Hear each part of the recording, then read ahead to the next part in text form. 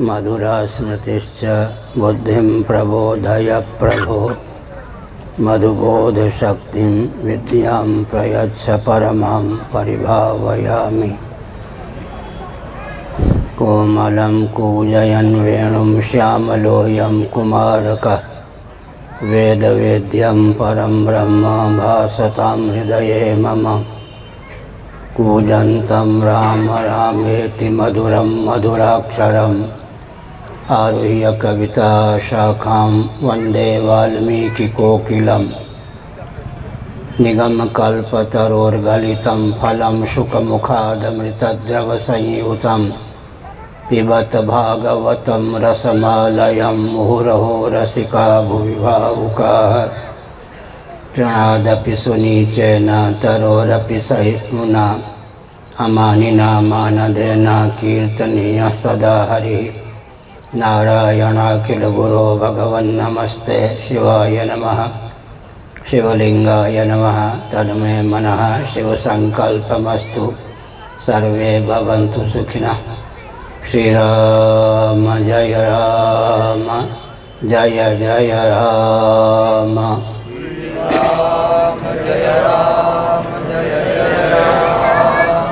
श्रीराम जय राम जय जय राम।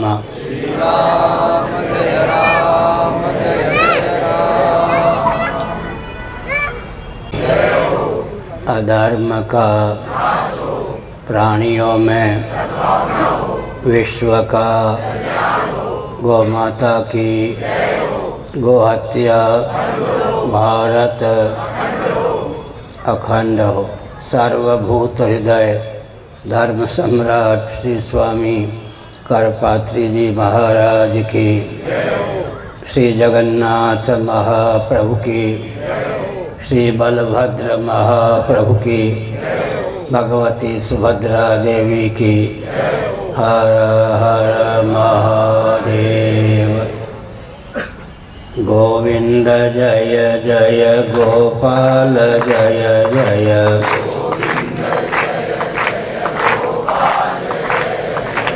राधा रमण हरे गोविंद जय जय।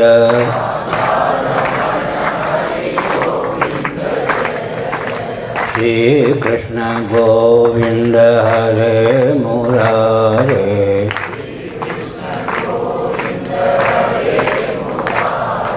हे नाथ नारायण वासुदेव।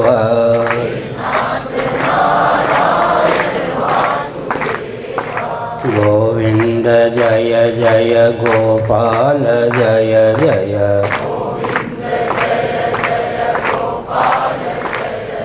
राधा रमण हरे गोविंद जय जय।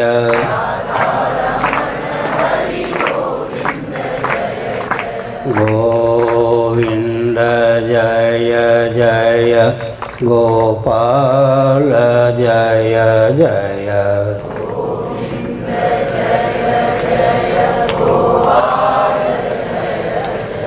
राधा रमण हरे गोविंद जय जय।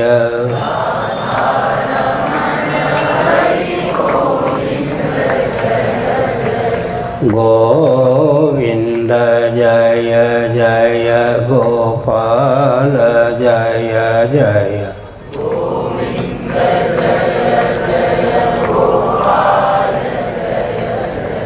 राधा रमण हरे गोविंद जय जय।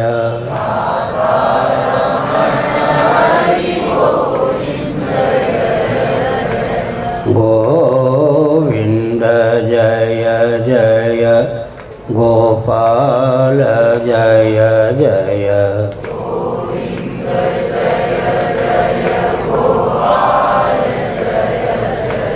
राधा रमण हरे गोविंद जय जय।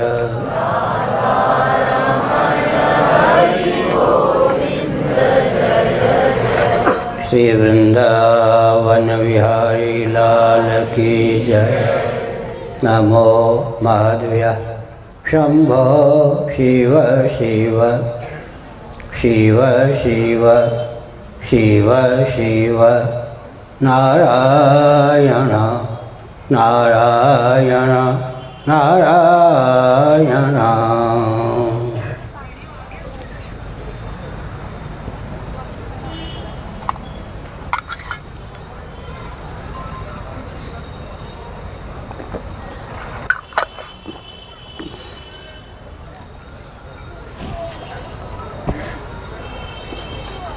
सज्जनों,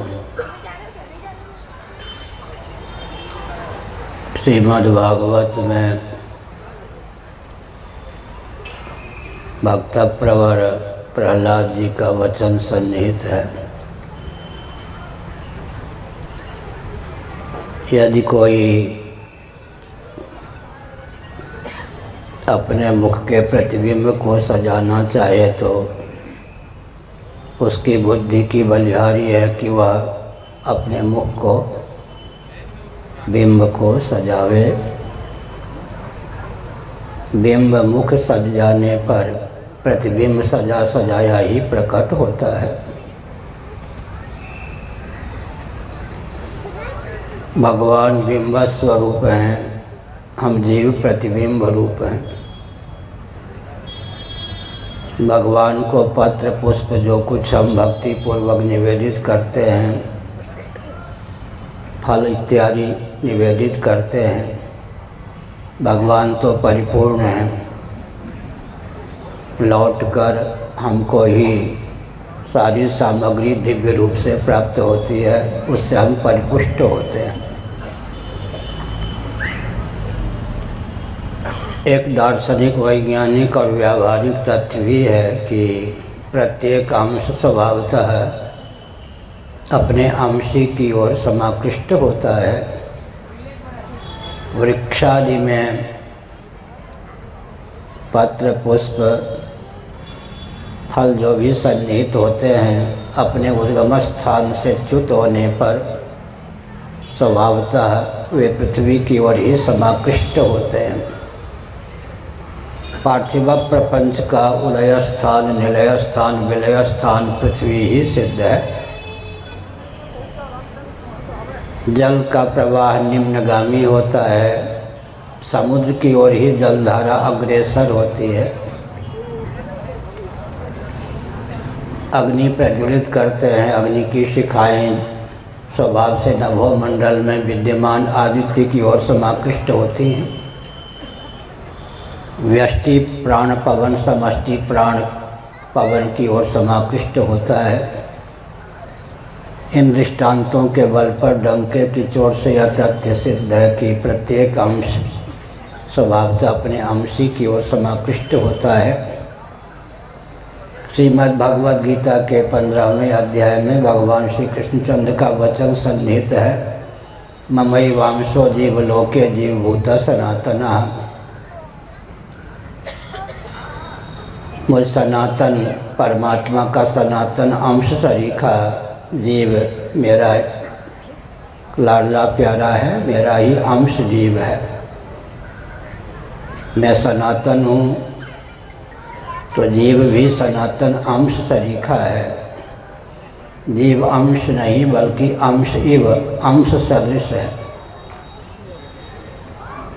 सनातन शब्द को मुख्य स्थान देकर भगवान शंकराचार्य जी ने भगवान के अभिप्राय को व्यक्त किया। अंश के आगे इव शब्द का अध्याहार किया। अंश सदृश है जीव, न कि अंश ही।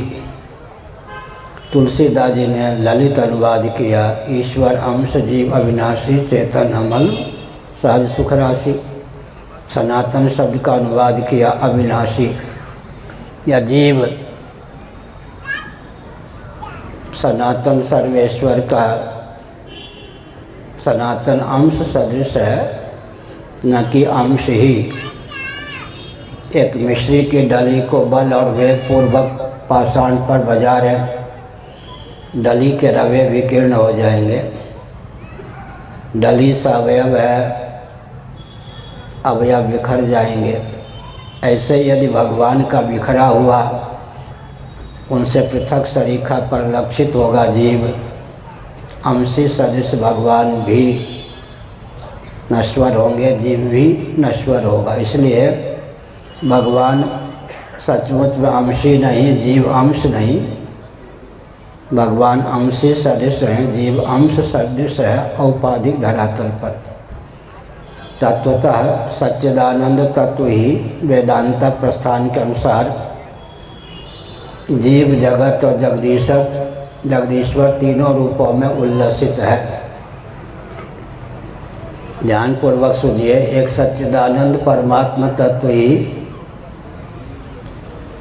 औपाधिक धरातल पर जीव, जगत और जगदीश्वर तीनों रूपों में उल्लसित है। भगवान की शक्ति का नाम है त्रिगुणमयी माया। उस माया में यह चमत्कृति है कि वह भगवान को तीन रूपों में व्यक्त करती है। अपनी शक्ति माया के योग से भगवान तीन रूपों में स्वयं को उद्भाषित करते हैं। विशुद्ध सत्व के योग से जगदीश्वर, मलिन सत्व के योग से जीव, तमः प्रधान प्रकृति के योग से जगत के रूप में भगवान उल्लसित होते हैं। ध्यान देने की आवश्यकता है। पंचदशी नामक वेदांत का ग्रंथ है, वहाँ एक मनोरम तथ्य उद्भाषित किया गया कि कोई भी शक्तिमान अपने समाश्रित शक्ति के योग से सद्वितीय नहीं होता। उस शक्ति के विविध कार्यों के योग से भी सद्वितीय नहीं होता। अभिप्राय क्या है? शक्त अर्थात शक्तिमान के समाश्रित रहने वाली शक्ति अपने आश्रय शक्तिमान को जहाँ अपनी विद्यमानता से सद्वितीय नहीं होने देती, वहाँ अपने विविध कार्यों के योग से भी उसे सद्वितीय नहीं होने देती। पंचदशी कार ने इस संबंध में एक दृष्टांत दिया। मृन्निष्ठ मिट्टी में रहने वाली जो स्निग्धता नाम की शक्ति होती है, अपनी विद्यमानता से मिट्टी को सद्वितीय नहीं होने देती, मिट्टी में द्वैत का आधान नहीं करती। घटादि कोटि कोटि कार्यों को लेकर भी मिट्टी सद्वितीय नहीं होती। तो कोई भी शक्तिमान अपनी शक्ति और शक्ति के कार्यों को लेकर कभी भी सद्वितीय नहीं होता। यही शक्ति की चमत्कृति है। विविधता में भी एकत्व का दर्शन आवश्यक है। जीव के आकर्षण का विषय क्या हो सकता है, इस पर विचार करना आवश्यक है। तो जीव की जो चाह का सचमुच में विषय है, वही जीव के आकर्षण का विषय हो सकता है। हम जीव चाहते क्या हैं? हम जिसे चाहते हैं वही हमारे आकर्षण का विषय है। हम मृत्यु से अतिक्रांत जीवन चाहते हैं, जड़ता, अज्ञता, मूर्खता से अतिक्रांत ज्ञान चाहते हैं, तापों से अतिक्रांत आनंद चाहते हैं। सतचित आनंद होकर रहने की भावना हमारे जीवन में निसर्ग सिद्ध सन्निहित या प्रतिष्ठित है। अगर सच्चिदानंद तत्व होता ही नहीं तो हमारी चाह का वह विषय कथमपि नहीं बनता। उदाहरण है, प्यासा व्यक्ति पानी पीना चाहता है। यदि विश्व में जल नामक तत्व का, पानी नामक वस्तु का अस्तित्व ही न हो तो किसी को प्यास न लगे। प्यास का लगना डंके की चोट से पानी के अस्तित्व को सिद्ध करता है। भूख का लगना डंके की चोट से भोज्य पदार्थ अन्न के अस्तित्व को सिद्ध करता है। ठीक इसी प्रकार सच्चिदानंद की जो चाह है, प्यास है, हम सच्चिदानंद मात्र होकर शेष रहना चाहते हैं और औपाधिक धरातल पर सर्वज्ञ सर्वशक्तिमान होकर शेष रहना चाहते हैं। हमारा मौलिक स्वरूप जो है वही हमारे आकर्षण का विषय है।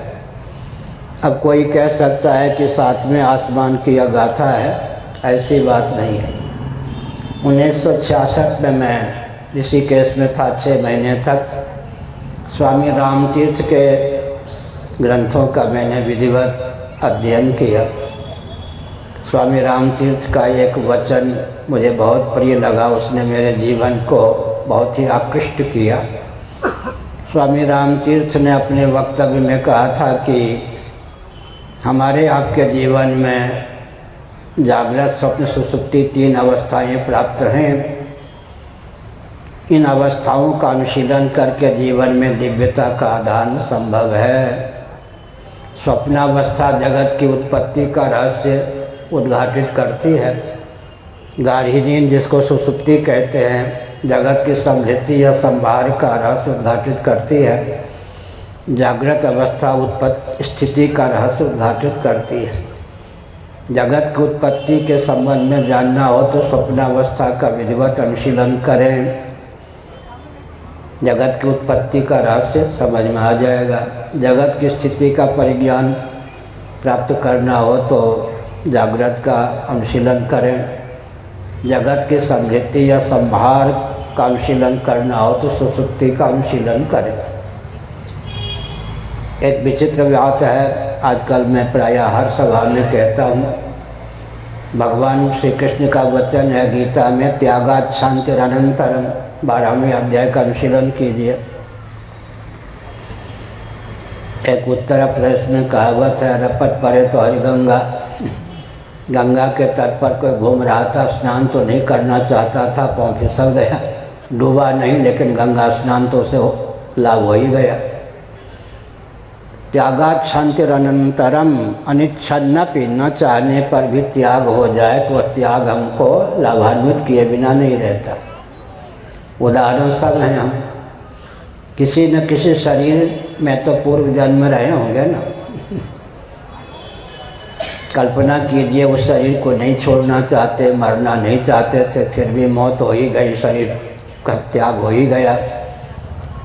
उस त्याग का लाभ उठा रहे या नहीं? क्या लाभ है? पूर्व जन्म के सगे संबंधी, रिश्तेदार, नातेदार, किसी का स्मरण नहीं, किसी का ध्यान नहीं, किसी को लेकर कोई चिंता नहीं, उस शरीर का भी कुछ अता पता नहीं। त्यागात् शान्तिरनन्तरम्। स्वप्नावस्था में हमको अनुपम सिद्धि प्राप्त होती है। इसका कारण क्या है? भगवत प्रदत्त त्याग का बल हमारे जीवन में सन्निहित होता है। स्थूल शरीर, स्थूल प्रपंच का भावनात्मक वियोग स्वप्नावस्था में प्राप्त होता है, उससे हम लाभान्वित होते हैं। त्यागात् शान्तिरनन्तरम्। कितनी बड़ी चमत्कृति हमारे जीवन में प्रकट होती है, कितनी बड़ी सिद्धि हमारे जीवन में प्रकट होती है।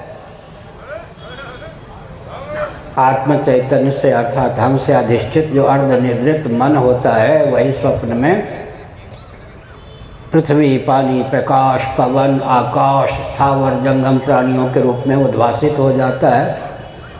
आजकल जहाँ जाता हूँ कहता हूँ, लहर चलती है हम लोगों के प्रवचन। जब वो लहर लोगों में व्याप्त हो जाती है तो दूसरी लहर चलने लगती है, परमात्मा के द्वारा प्रदत्त। हमने संकेत किया कि स्वप्नावस्था में स्थूल शरीर और बाह्य स्थूल प्रपंच से उपरामता निसर्ग सिद्ध हमको ईश्वर कृपा से प्राप्त होती है। उस त्याग का बल इतना होता है कि आजकल तो स्मरण करके भी विचित्र दशा हो जाएगी। हम आकाश की रचना कर लेते हैं, वायु की रचना कर लेते हैं, अग्नि की रचना कर लेते हैं, जल और पृथ्वी की रचना कर लेते हैं, और चतुर्दश भुवनात्मक ब्रह्मांड में जितने स्थावर जंगम प्राणी हैं, सर्व रूप की रचना करने में समर्थ हो जाते हैं। इतना बड़ा बल और वेग स्वप्नावस्था में हमको प्राप्त होता है। फिर भी स्वप्न में द्वंद्व और दुख की गति अवश्य है, अनुभव सिद्ध यह तथ्य है। गाढ़ी नींद में सूक्ष्म प्रपंच का भी आभानात्मक वियोग हो जाता है। त्यागात् शान्तिरनन्तरम्। गाढ़ी नींद की विशेषता क्या है जी? हम पागल या विक्षिप्त होने से बचे हुए हैं। वो गाढ़ी नींद, हम पागल या विक्षिप्त होने से बचे हुए हैं, या गाढ़ी नींद की सिद्धि है। जितने व्यक्ति भौतिकवादी हैं, कम्युनिज्म की धारा में बहने वाले हैं, बुरा न मानो होली है, उनका जो सिद्धांत है, तंत्र है, वाद है, पंथ है, उसकी सीमा में भौतिकवादियों को गाढ़ी नींद का अधिकार प्राप्त नहीं है। अगर कोई कम्युनिज्म की धारा में बहने वाला व्यक्ति नींद चाहता है तो मानो उसने अपने वाद पर, तंत्र पर, सिद्धांत पर, मत पर पानी फेर दिया। जो वाद 24 घंटे भी टिक न सके, उसका आलंबन लेकर भव्य व्यक्ति और विश्व की संरचना कैसे हो सकती है? एक व्यक्ति चेतना विशिष्ट शरीर को आत्मा मानने वाला, कम्युनिज्म की धारा में बहने वाला, चारवाक सिद्धांत का अनुभवन करने वाला, जब निद्रा का वेग उसे प्राप्त होता है या नींद की आवश्यकता उसे प्राप्त होती है, तब चेतना विशिष्ट शरीर जिसको आत्मा मानता है उसको भुलाए बिना वो सो नहीं सकता। इससे सिद्ध हो जाता है कि उसके मत पर पानी फेरने में गाढ़ी नींद का वेग ही पर्याप्त है। जितने भौतिकवादी हैं दुख से ही नहीं, विषय जन्य सुख से भी ऊब जाते हैं। पंचदशीकार विद्यारण्य स्वामी जी ने डंके की चोट से एक तथ्य उद्भाषित करते हुए कहा, विषय जन्य आनंद भी व्यक्ति को पागल बना देता है। दुख को हम छोड़ना चाहते हैं, दुख से पिंड छुड़ाना चाहते हैं, तो सुख हमारा प्यारा है क्या? कौन सा सुख? शक, चंदन, वनिता आदि के संसेवन से प्राप्त जो विषय जन्य आनंद, प्रमोद है, उसको भी ताक पर रखे बिना नींद नहीं आ सकती, और नींद नहीं आएगी तो पागल हुए बिना नहीं रहेंगे। बहुत ऊंची बात। सन 1972 में ज्योतिषपीठ के मन जगत गुरु शंकराचार्य श्री कृष्ण बोधाश्रम जी महाभाग एक दिन के लिए वृंदावन उड़ियावाजी महाभाग के आश्रम में पधारे। उन दिनों मेरा नाम ध्रुव चैतन्य था शरीर की दृष्टि से। वो अकेले शांत भाव से सत्संग भवन में विराजमान थे। मैंने मर्यादा का पालन किया, नतमस्तक होकर कुछ पूछना चाहा, लेकिन संकोच के कारण मैं पूछ न सका। कृपालु महान भाव ने, जगत गुरु जी ने एक प्रश्न कर दिया, कहो साहब, ईश्वर को क्या गरज पड़ी कि उसने गाढ़ी नींद बना डाली? मैं चाहता तो उत्तर दे सकता था, लेकिन मेरी मूर्खता होती। मैंने कहा, भगवान मैं आपका नादान बालक हूँ, विद्यार्थी हूँ। आपने जो प्रश्न किया है, कृपा करके आपके मुखारबिंद से मैं उसका उत्तर सुनना चाहता हूँ। बहुत प्रसन्न हुए। लगभग 45 मिनटों तक उन्होंने बड़े प्रेम से झूमते हुए उत्तर दिया। उसका सारांश यह है कि जिन जीवों को निर्विकल्प समाधि प्राप्त नहीं होती, कदाचित भगवत कृपा से उन जीवों को गाढ़ी नींद भी सुलभ ना हो तो पागल हुए बिना वे न रहे। साधनहीन वे प्राणी, वे मनुष्य जो अपने बलबूते पर निर्विकल्प समाधि नहीं प्राप्त कर सकते, कदाचित उनको गाढ़ी नींद भी सुलभ ना हो तो विक्षिप्त या पागल हुए बिना नहीं रह सकते। उन्होंने कहा, हमको तुमको पागल होने से बचाने की भावना से करुणा वर्णालय सच्चिदानंद स्वरूप सर्वेश्वर ने गाढ़ी नींद प्रदान की है। इसका अर्थ क्या है? गाढ़ी नींद में द्वंद्व और दुख की पहुँच नहीं है और आनंद की पहुँच है, सुख की पहुँच है। नैयायिक वैशेषिक आदि ऐसा मानते हैं कि गाढ़ी नींद में दुख का अभाव तो होता है लेकिन सुखोपलब्धि नहीं होती। दुख का भाव रूप है सुषुप्ति, न कि आनंद रूप। लेकिन मांडूक्य उपनिषद डंके की चोट से आनंद भुक कहती है जीवों को। गाढ़ी नींद में हम साक्षात आनंद के भोक्ता होते हैं, विषय के द्वार से नहीं।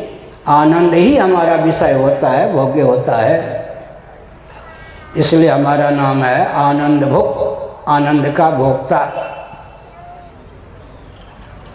पंचदशीकार ने बहुत उत्तम ढंग से दृष्टांत दिया अगर किसी कक्ष में अंधकार का भाव है, किसी स्थल पर अंधकार का भाव है, तो डंके की चोट से यह तथ्य सिद्ध है कि प्रकाश का सद्भाव अवश्य है। अगर प्रकाश का सद्भाव न होता तो अंधकार का भाव कथमपि नहीं होता। नैयायिक वैशेषिक को पंचदशीकार ने बड़े प्रेम से प्यार पूर्वक समझाया। आप तो मानते हो कि गाढ़ी नींद में दुख का भाव है, तो यदि आनंद का सद्भाव न होता तो दुख का भाव कैसे होता। परामर्श या स्मरण के बल पर भी यही तथ्य डंके की चोट से सिद्ध होता है। सुखमहमस्वाप्सम न किंचित अवेदिसम मामप्यहम न ज्ञासिसम।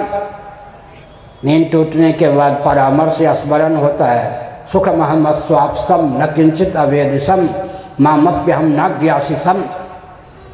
मैं सुखपूर्वक सोया, मैंने कुछ नहीं जाना।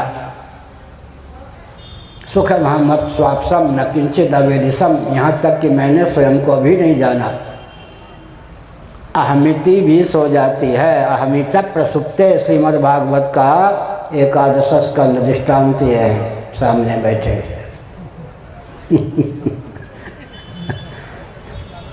एकदम भरद्वाज मुनि बसाई प्रयागा, अब जग गए। सुखमहमस्वाप्सम न किंचित अवेदिसम मामप्यहम न ज्ञासिसम। सुनिए, कोई बुरा न माने, मैं उपहास नहीं करता।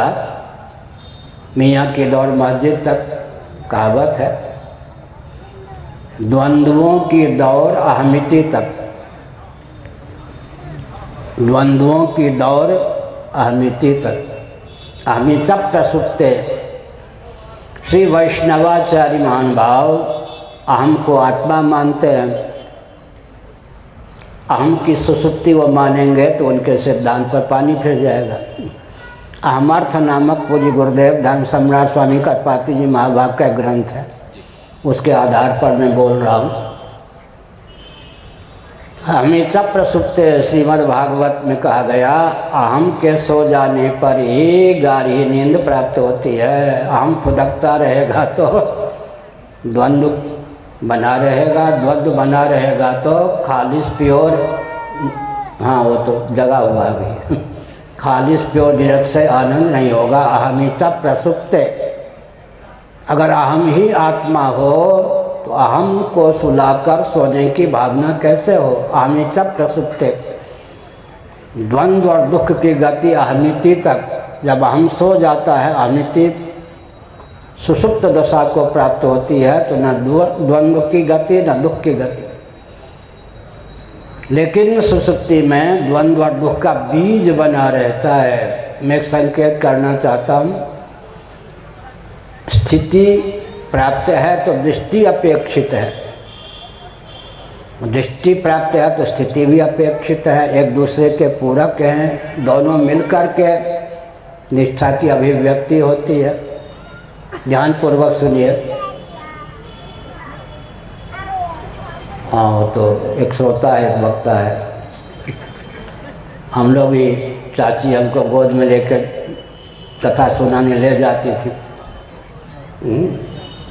छोटी आयु में, तो उसका फल हुआ है ना। तो ये बहुत अच्छी माताएं हैं, पोते बेटे इन सबको लाती, इनके संस्कार मजबूत होते हैं। चाल पाल तो बच्चों का स्वभाव है। ठीक, हमने एक संकेत किया। क्या संकेत किया?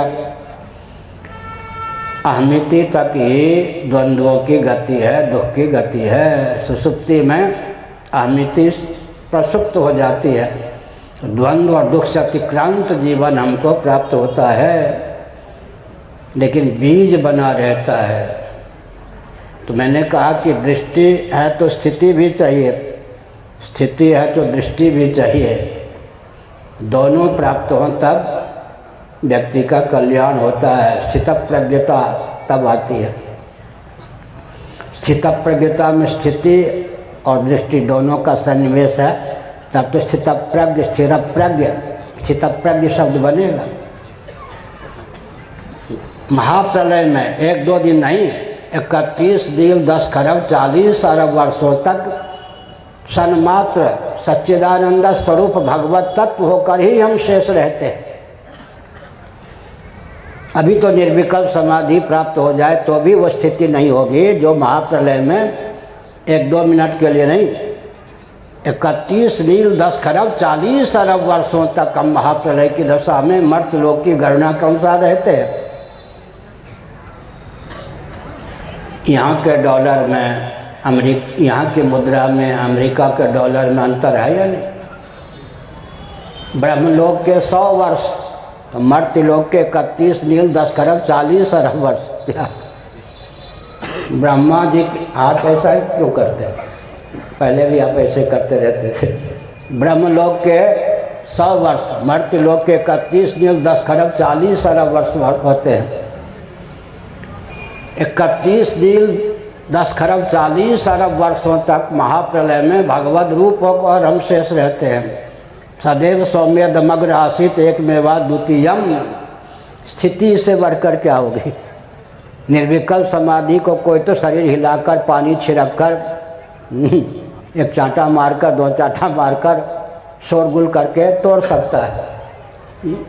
वहाँ महाप्रलय में 31 नील 10 खरब 40 अरब वर्षों तक महाप्रलय में भगवद रूप होकर शेष रहते हैं। सजाति विजाति स्वगत भेद शून्य होकर सदैव सौम्य दमग्र आसित एकमेवा द्वितीयम। इससे बढ़कर स्थिति क्या होगी? लेकिन महासर्ग के प्रारंभ में सच्चिदानंद स्वरूप सर्वशक्तिवान सर्वेश्वर संकल्प करते हैं। महाप्रलय के अव्यवहित पूर्वक क्षण में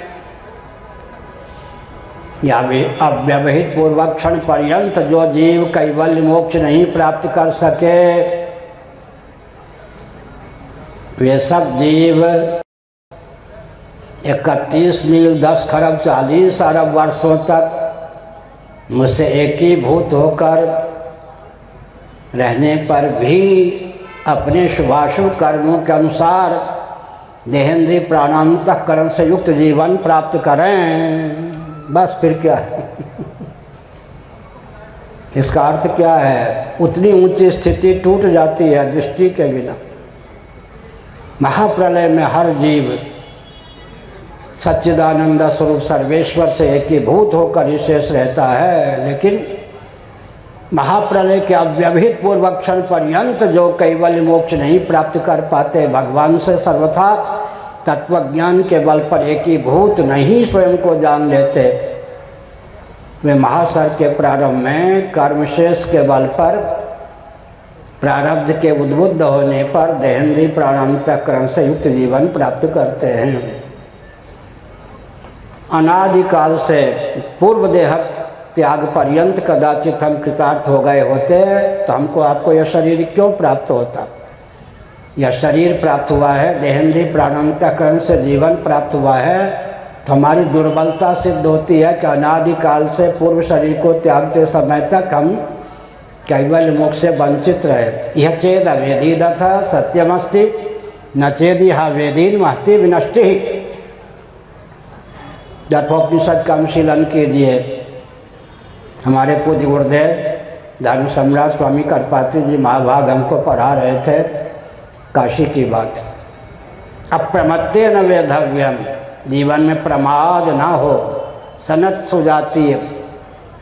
और उपनिषदों में कहा गया प्रमादो वही मृत्यु, प्रमाद मृत्यु है, प्रमाद मृत्यु है। प्रमा प्राप्त विवेक का दमन करना मृत्यु है। प्रमादो वही मृत्यु हो, प्रमाद मृत्यु है। प्रमाद का कार्य मोह है, मोह भी मृत्यु है। मूल मृत्यु प्रमाद है। बाहर तो फिर पूरी अष्टक से जीव कला से विहीन शरीर का नाम मृत्यु है। मूल मृत्यु क्या है? प्रमादो वही मृत्यु, प्रमाद मृत्यु है। महाभारत की बात कहूँ, पूज्य स्वामी अखंडानंद जी महाराज के सामने बोल रहा था, मैं शंकराचार्य के पद पर नहीं था। स्वर्गारोहण की बात हमने चला दी तो उन्होंने कहा यहाँ से भी पंचकोश को निकाल लिया। बहुत प्रसन्न हुए, आशीर्वाद दिया। स्वर्गारोहण के समय जो चलेगा चलेगा, सदेश्वर पहुँचेगा पहुँचेगा, बीच में कोई गिर पड़ेगा, आंसू पोंछेगा नहीं। ये शर्त द्रौपदी थी, 5 पांडव थे। वैसे भी पार्थिव प्रपंच का लय पहले होता है, फिर पृथ्वी का, फिर जल का, फिर तेज का, फिर वायु का, फिर आकाश का विलय होता है। एक पक्ष प्रस्थान यह है, द्रौपदी गिर पड़ी, सदैव स्वर्ग नहीं पहुंच सकी। भीमसेन ने कहा, भैया युधिष्ठिर जी को, द्रौपदी सदैव स्वर्ग नहीं पहुंच सकी, इससे जीवन में भूल क्या हुई यह बताइए। कोई कह सकते तो साहित्यिक होते तो, विश्व सुंदरी थी, दुख का मुंह देखा नहीं था, पैदल चलने का अभ्यास नहीं था, ऐसा उत्तर देते ना। यह उत्तर तो भीमसेन को मालूम ही था। दार्शनिक धरातल पर भीमसेन ने प्रश्न किया, भाई साहब आंसू मत पोंछिए, लेकिन मेरे एक प्रश्न का उत्तर दीजिए। हम 6वें स्वर्गारोहण के लिए चल पड़े, द्रौपदी पहले दम तोड़ गई, गिर पड़ी, आखिर सदैव स्वर्ग क्यों नहीं पहुंच पाई? उसका उत्तर क्या दिया? हम 5 पांडव इंद्र के अवतार या इंद्राणी के अवतार, लेकिन 4 की अपेक्षा अर्जुन में अधिक प्रीति, इस प्रमाद के कारण सदैव स्वर्ग नहीं पहुंच पाए। इसको मैं कहता हूँ आनंदमय कोष को लेकर पक्षपात। वो गंभीर विषय है, सभा में नहीं रखूँगा। द्रौपदी क्यों गिरी? प्रेम में भी माप तौल होना चाहिए। 5 पांडव इंद्र के अवतार, यदि इंद्राणी के अवतार, स्वर्ग लक्ष्मी के अवतार, लेकिन 4 की अपेक्षा अर्जुन में प्रीति का पलड़ा अधिक, इस प्रमाद के कारण यह गिरी। सहदेव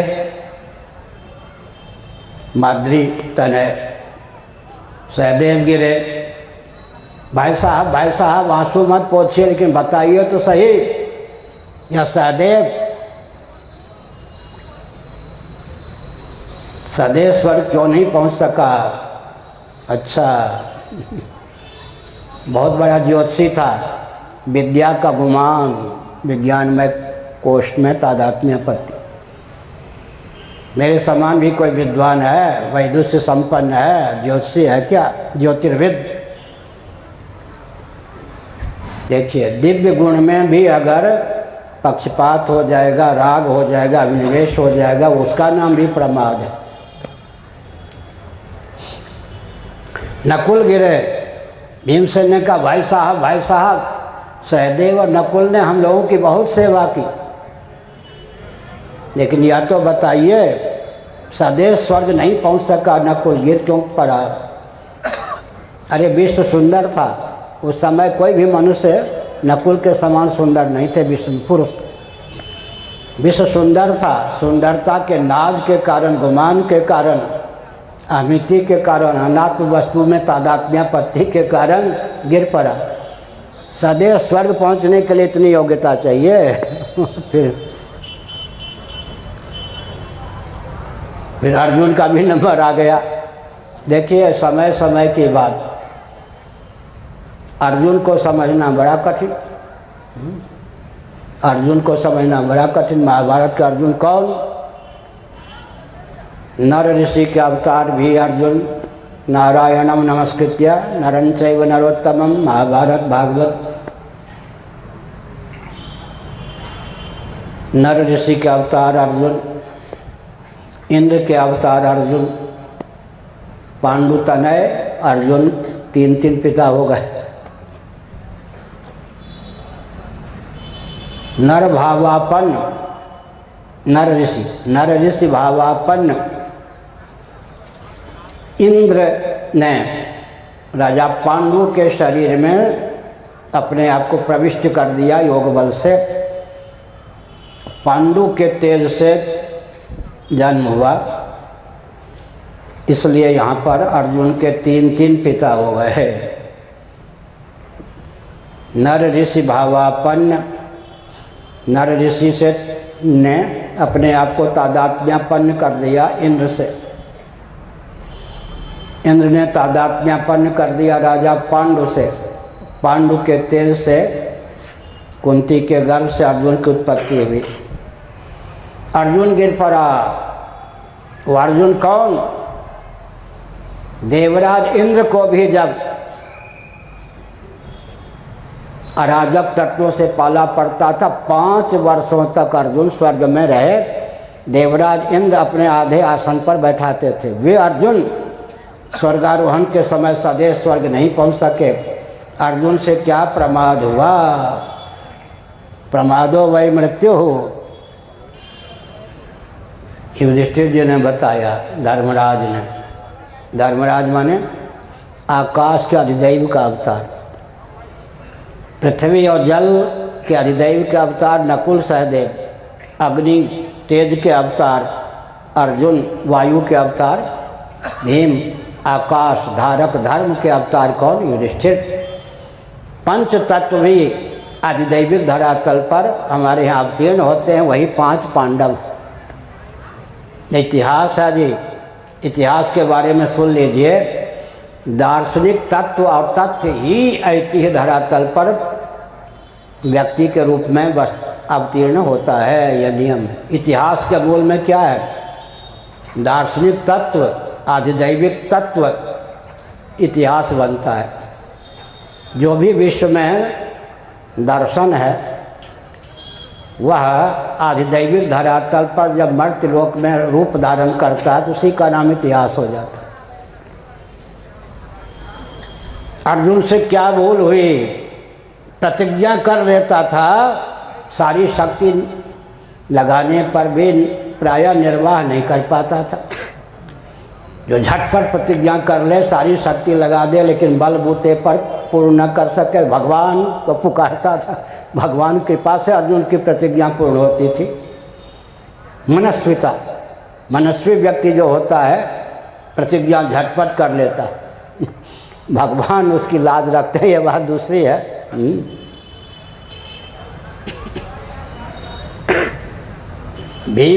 भीष्म जी ने प्रतिज्ञा की, श्री कृष्ण की प्रतिज्ञा टूट जाएगी, मेरी प्रतिज्ञा की रक्षा होगी। भक्तवत्सल भगवान अपनी प्रतिज्ञा छोड़कर भी मेरी प्रतिज्ञा की रक्षा करेंगे। आज अगर युद्ध भूमि में भगवान श्री कृष्ण ने भले ही प्रतिज्ञा की हो कि अस्त्र शस्त्र धारण नहीं करूँगा, अगर श्री कृष्ण अस्त्र शस्त्र धारण नहीं करेंगे तो संतन सुत न कही हों तो लाजोन गंगा जननी को। गंगा का पुत्र संतन ऋषि का, राजर्षि का पुत्र नहीं कहूँगा।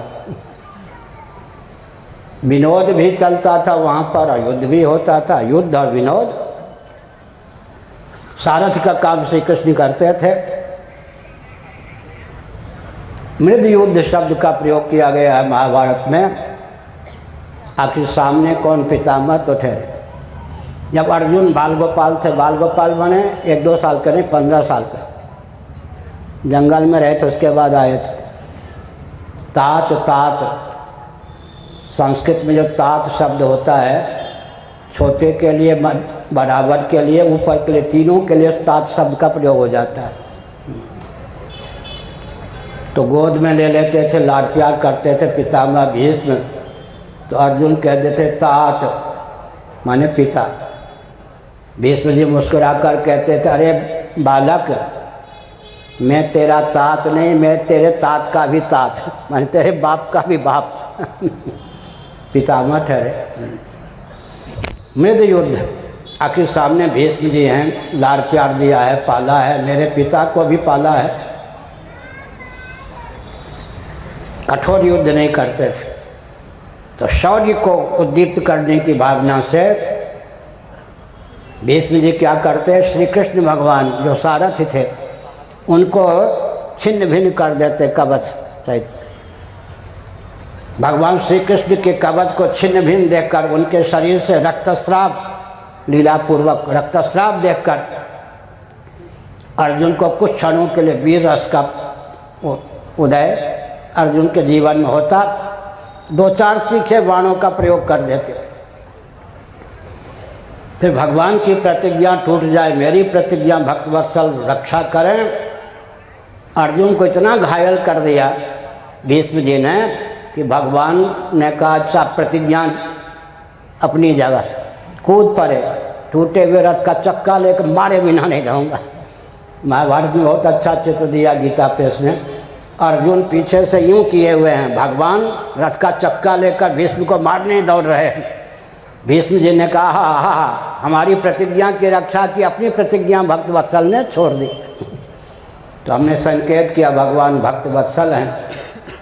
वो अर्जुन पराक्रमी जो जीवन काल में 5 वर्षों तक इंद्रलोक में रहे, जिनके बाहुबल से देवराज इंद्र भी सुरक्षित थे, आज स्वर्गारोहण के समय सदैव स्वर्ग नहीं पहुंच सके। प्रमाद क्या हुआ, भूल क्या हुई, आज वीर रस आ गया, मन कहीं और है। चीन से युद्ध करने में मन लगा हुआ भी मानसरोवर तक लेने का भाव। हम रहते कहीं भी हैं तो युद्ध भी करते रहते हैं, एक शरीर से, मन से। अभी चीन से युद्ध करते रहे हैं मन में, कभी कभी प्रायः रोज ही मानसरोवर भी भारत में मिलाने का भाव रखते हैं। हमने संकेत किया। हाँ,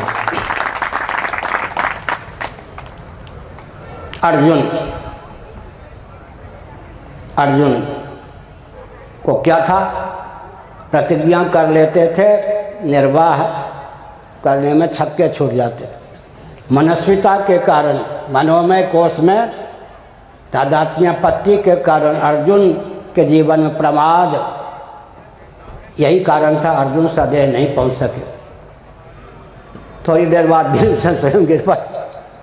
भैया भैया मैं भी गिर पड़ा। गिर पड़े तो स्वर्गारोहण है, यहाँ आंसू नहीं पहुँचा जाएगा।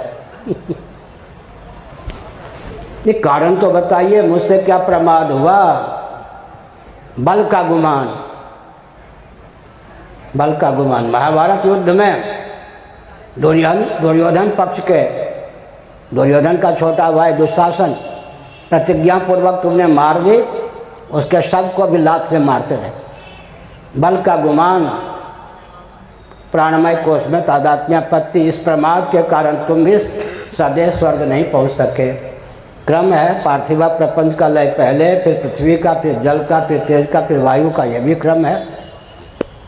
युधिष्ठिर सदैव स्वर्ग पहुंच गए। न्याय वैशेषिक का प्रस्थान, आकाश का लय नहीं होता, उनके यहाँ आकाश नित्य है। एक विशेष बात है, राज्य के अंत में नरक अवश्य होता है। नेता लोग सावधान, और शंकराचार्य भी सावधान, राजाओं का पद है। घर में भी मुखिया होते हो भी सावधान। छोटे छोटे राजा सब हैं या नहीं, तो घर का मुखिया घर का राजा, मुख्यमंत्री प्रांत का राजा, शंकराचार्य व्यासों के राजा, राजा तो बहुत से हैं। राज्य के अंत में नरक होता है, अगर सावधान न रह जाए तो राज्य के अंत में नरक होता है। न्याय देने में थोड़ी भी चूक हो गई, दंड देने में कम या ज़्यादा दो, बहुत कठिन काम है ना। दंड देने में न्यूनता हो गई, जितना बड़ा अपराध उतना बड़ा दंड नहीं दिया, या उससे अधिक दंड दे दिया, तो बस ये तो बहुत बड़ी कहीं भूल हो ही सकती है। राज्य के अंत में नरक होता है। पांडव नरक के पात्र तो नहीं थे, लेकिन 4 भाइयों को और द्रौपदी को नरक में कराहते हुए देखा। युधिष्ठिर जी को दिखाया गया, धैर्य टूट गया। उन्होंने कहा जीवन भर इसलिए धर्म का पालन किया, कष्ट पर कष्ट हम सहते रहे, मरने के बाद कम से कम न्याय मिलेगा, स्वर्ग प्राप्त होगा। मेरा साथ दिया द्रौपदी ने, नकुल ने, सहदेव ने, अर्जुन ने, भीम ने, आज वो नरक में कराह रहे हैं। नारकी जीवों ने कहा धर्मराज युधिष्ठिर यहीं रुके रहो, आपके शरीर को छू करके जो हवा चलती है, पवन चलता है, उस पवन के संस्पर्श से मुझे नरक की यात्रा कम व्याप्ति है, नहीं के बराबर व्याप्ति है। युधिष्ठिर जी ने कहा है देवताओं, देवदूतों, मुझे नहीं स्वर्ग चाहिए, मुझे यहीं रहने दो। मेरे रहने पर नारकी प्राणियों को आनंद मिलता है, यातना व्याप्ति नहीं, मुझे स्वर्ग नहीं चाहिए। देवदूतों ने कहा कि राज्य के अंत में नरक होता है, नरक का कृत्रिम नरक का दर्शन करा दिया गया। द्रौपदी के सहित आपके चारों भाई स्वर्ग में गए हैं, चलिए। वहाँ पहुँच गए सदैव, कौन? युधिष्ठिर जी। फिर देवताओं ने कहा सदैव स्वर्ग पहुँच आए, लेकिन मर्त्यलोक का संविधान अलग है, देवलोक का संविधान अलग है। देवलोक के शरीर से आप स्वर्ग के आनंद का भोग नहीं कर सकेंगे। क्या इस शरीर से स्वप्नावस्था में यात्रा कर सकते, विहार कर सकते? क्या स्वप्न जगत में विहरण के लिए स्वप्नावस्था के अनुकूल शरीर चाहिए या नहीं? स्थूल शरीर जो है यह ज्ञानेंद्रिय, कर्मेंद्रिय, अंतःकरण, प्राणों का अभिव्यंजक संस्थान है। सूक्ष्म शरीर कारण शरीर का अभिव्यंजक संस्थान है। कारण शरीर जीवात्मा का अभिव्यंजक संस्थान है। जीवात्मा जगदीश्वर का अभिव्यंजक संस्थान है। जगदीश्वर ब्रह्म का अभिव्यंजक संस्थान है। अभिव्यंग की अभिव्यक्ति अभिव्यंजक के अधीन होती है। अभिव्यंजक के तारतम्य से अभिव्यंग की अभिव्यक्ति में तारतम्य होता है। विद्युत की अभिव्यक्ति बल्ब और बादल के अधीन होती है। बल्ब और बादल के तारतम्य से विद्युत की अभिव्यक्ति में तारतम्य होता है। मुस्कुराए क्यों? भगवान ने जो हमको सौभाग्य दिया, पूज्य स्वामी अखंडानंद जी महाराज बाल गोपाल हमको मानते थे, बड़े मुग्ध होकर कहते थे और सुनाओ और सुनाओ। हमारे उनके श्रोता हम थे, हमारे श्रोता वो थे। आपको सुनकर आश्चर्य होगा, रत्ती भर भी बनावट नहीं है। मुंबई में स्वामी अखंडानंद जी महाराज को वृंदावन वाले, जिनके अनुवाद है भागवत हिंदी अनुवाद उन्हीं का किया हो, 1 लाख रुपया बिना मांगे उनको मुंबई में लोग दे जाते थे। उन्होंने कहा दंडी स्वामी का प्रवचन सुनने के लिए बम्बई छोड़ूंगा। 2.5 वर्ष अंतिम जीवन, अंतिम क्षण तक 2.5 वर्ष तक वहीं रहे और शरीर छोड़ने के 2 दिन पहले तक बैठ करके प्रवचन सुनते रहे। हम उनके प्रवचन सुनते थे, वो हमारे। पूज्य गुरुदेव से 14 घंटे पूर्व गुरुदेव ने कथा वार्ता सुनी। धर्म सम्राट स्वामी कटपाटी जी महाराज, पूर्वाचार्य जी महाराज, सब ने बहुत लाड़ प्यार से बालक को जैसे पाला जाता है पाला। हमने क्या संकेत किया? तो पहले वृंदावन में इसी ढंग से हम लोग बोलते थे। अभिव्यंग की अभिव्यक्ति अभिव्यंजक के अधीन होती है। अभिव्यंजक के तारतम्य से 10 मिनट और, अब अभिव्यंजक के तारतम्य से अभिव्यंग की अभिव्यक्ति में तारतम्य होता है। विद्युत की अभिव्यक्ति बल्ब और बादल के अधीन होती है। बल्ब और बादल के तारतम्य से विद्युत की अभिव्यक्ति में तारतम्य होता है। पहले हम लोगों की भाषा ऐसे थी। श्रोता भी वामदेव जी महाराज, श्यामा शरण जी, बहुत ऊँचे नैयायिक, पूज्य स्वामी अखंडानंद जी महाराज, ये सब होते थे। हमने संकेत किया। क्या संकेत किया? यह जो स्थूल शरीर है, इसमें 5 ज्ञानेंद्रियों को, 5 कर्मेंद्रियों को, 5 प्राणों को, अंतःकरण चतुष्टय या अंतःकरण पंचक को व्यक्त करने का संस्थान है। सूक्ष्म शरीर का महत्व, फिर सूक्ष्म शरीर में कारण शरीर को व्यक्त करने का भाव है। कारण शरीर को व्यक्त करने की योग्यता, क्षमता है। कारण शरीर में जीव को व्यक्त करने की क्षमता है। तो मैं प्रवचन को विराम देते हुए कहना चाहता हूँ कि स्वर्गारोहण की कथा सुना रहा था। जीवन में प्रमाद न पले। प्रमाद का अर्थ क्या हुआ? जो प्रमा का दमन कर दे।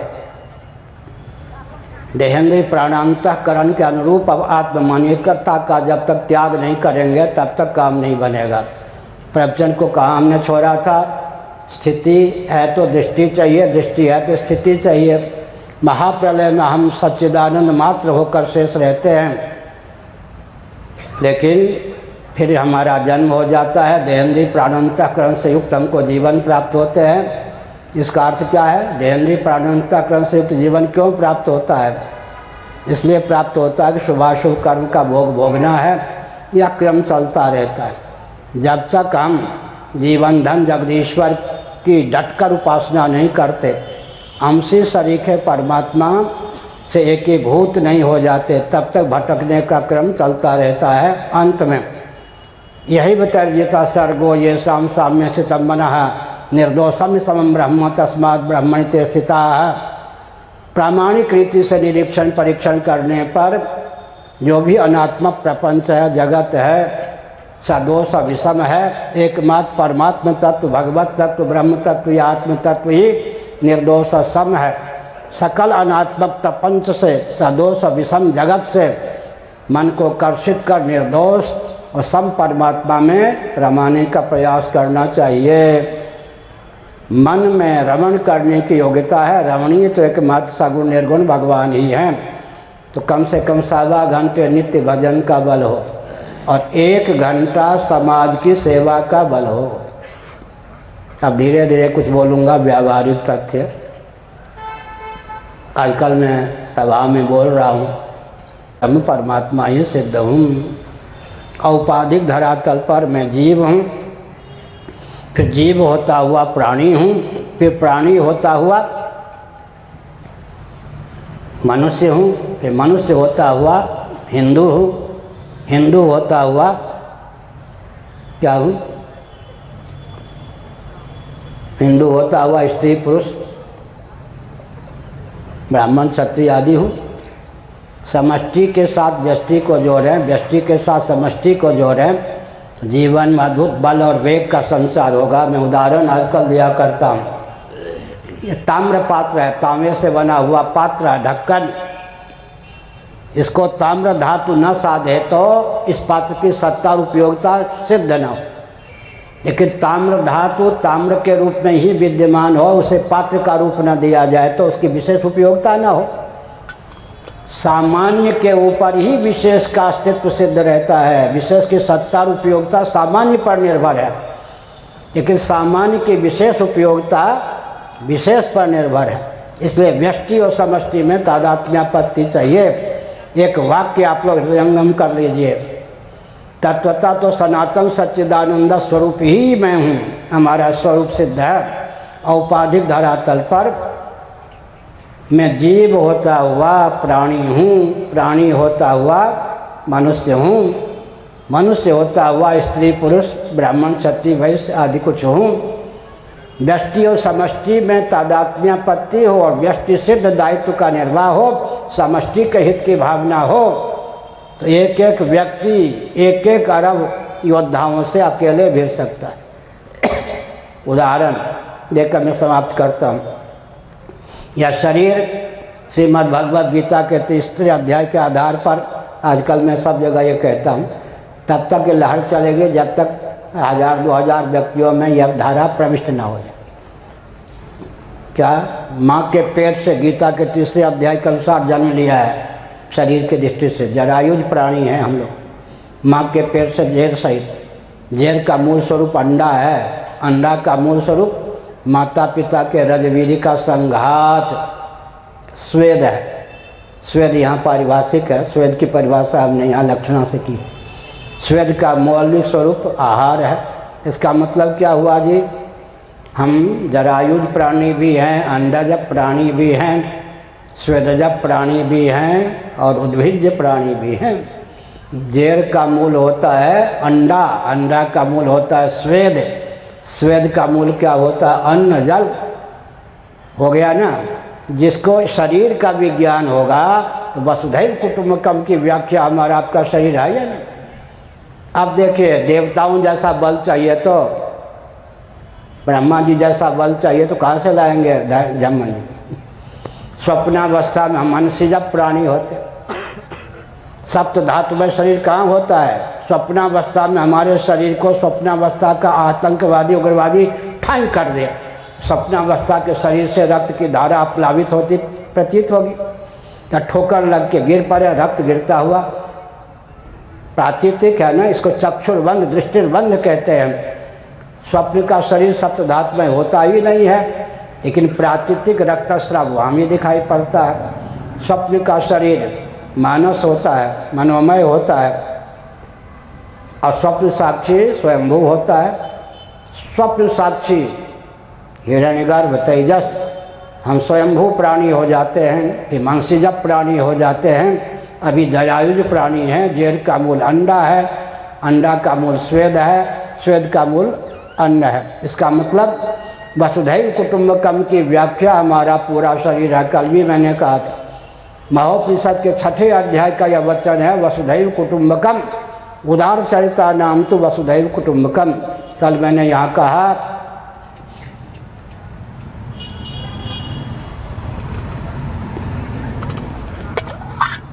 गरुड़ पुराण के अंतिम अध्याय का अंतिम श्लोक है, सर्वेषां मंगलम भूयात् सर्वे भवन्तु सुखिनः। तो कम से कम क्रांति क्या लाभ है? एक हिंदू परिवार से समीप में मठ मंदिर हो केंद्र बनाकर 1 रुपया 1 घंटा औसतन रोज निकले। उसमें से मुझे 1 पैसा मत दीजिए। 1 रुपया 1 घंटे का उपयोग अपने क्षेत्र में सीमा निर्धारित कीजिए। अपने क्षेत्र को सुबुद्ध, सुसंस्कृत, सुरक्षित बनाने का, स्वच्छ बनाने का प्रयास कीजिए। शुचिता, स्वच्छता, सुंदरता, शील और स्नेह से संपन्न व्यक्ति और समाज की संरचना में हमारे मठ मंदिरों का विनियोग और उपयोग हो। फिर से सुनिए, सकार, शुचिता, शुचि सुंदर आश्रम निरखि हर्षे राजीव नयन परम रम्य आराम यह जो राम सुख देत। शुचिता, स्वच्छता, सुंदरता, शील और स्नेह से संपन्न व्यक्ति और समाज की संरचना में मठ मंदिरों का उपयोग कीजिए, अपने जीवन का उपयोग कीजिए। हर हिंदू परिवार से एक बार दंतेवाड़ा गया था, अपनी ओर से गया तो वहाँ कौन बुलाता? अजीत जोगी के शासनकाल में प्राणों को हथेली पर लेकर। लेकिन एक बात है, किसी किसी में विचित्रता होती है। मैं अजीत जोगी को डांटता रहता था, लेकिन 9 बार आए जब वो पद पर नहीं थे, तो भी 1 बार आए। भरी सभा में उनके चुनाव के क्षेत्र में 5-5 हज़ार व्यक्ति थे, तो भी डांटा, हाथ जोड़े रहते। क्या बाहर से नास्तिक भी बहुत बड़ा आस्तिक होता है अंदर से, और बाहर से आस्तिक दिखने वाला भी घोर नास्तिक होता है, नाम नहीं लूँगा। हमने क्या संकेत किया? 25 वहाँ वर्षा इतनी हो गई, कोई सत्संग भवन नहीं था, प्रवचन नहीं हो पाया। ब्राह्मणों ने आकर कहा, हिंदुओं ने आकर कहा, महाराज अजीत जोगी साहब को क्रिश्चियन बनाया जा रहा है। हमने कहा हिंदू परिवार कितने हैं? उन्होंने कहा 25,000। हमने कहा भले आदमी 25,000 रुपये रोज निकालो, 25,000 घंटे रोज निकालो, कौन टिकेगा? कौन भी योगी मोदी कोई भी नहीं टिक सकता। सब कई प्रति लाड प्यार, समझ गए ना?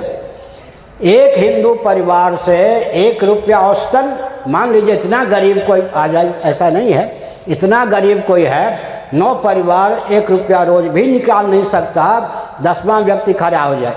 9 परिवार की ओर से 9, अपनी ओर से 1, 10 रुपया एक दिन में खर्च करेंगे तो 300 महीना में दे ही सकते हैं। एक हिंदू परिवार से 1 रुपया रोज, 1 घंटा रोज निकले, पास के मठ मंदिर को केंद्र बनाकर सेवा का प्रकल्प चलाइए, स्वच्छता का प्रकल्प चलाइए। अंत में मैं गांधी जी का नाम ले रहा हूँ। लोगों ने 50 पृष्ठ का उनका जीवन चरित्र पढ़ा होगा, तो मैं जब 8वीं में था,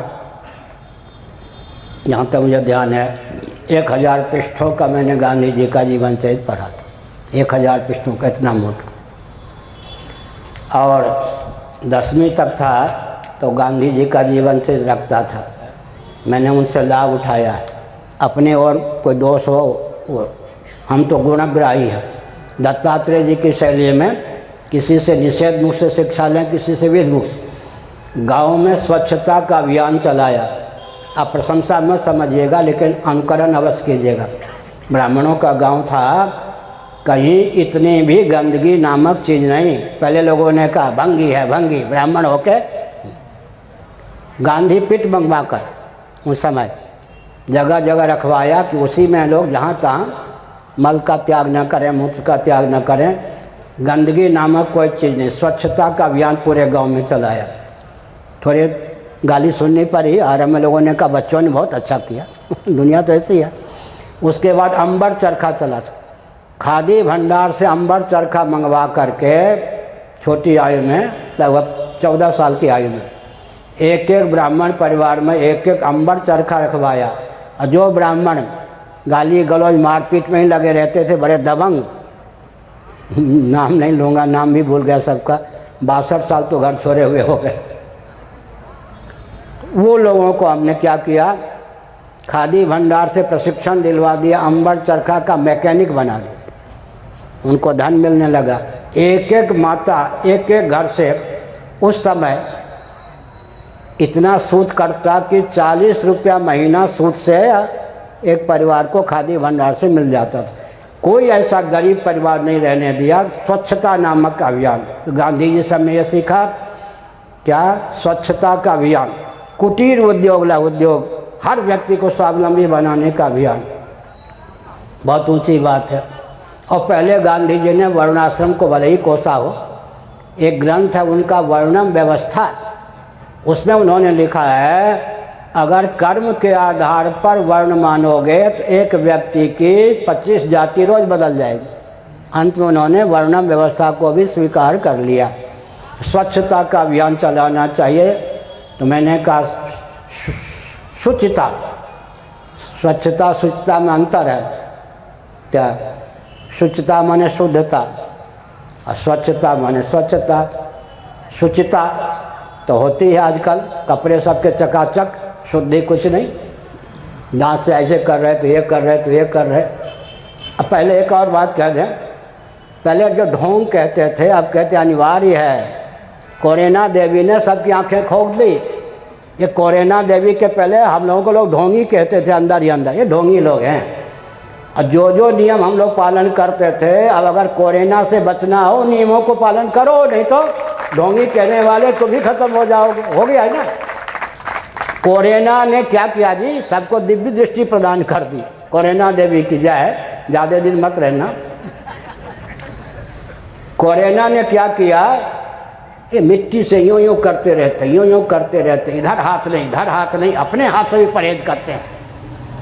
अब क्या कहा कोरोना देवी ने, अपने हाथ से भी परहेज करो, हर जगह मत छुओ, नाक मत खोलो, आँख मत खोलो, हाथ बार बार हाथ धो। इसका मतलब क्या है, जिसको आप ढोंगी कहते थे उसको आजकल क्या कहते हैं, विशुद्ध, स्वस्थ, जागरूक, संयत। जिसको ढोंग कहते थे उसको आप क्या कहते हैं, अनिवार्य, घाटी।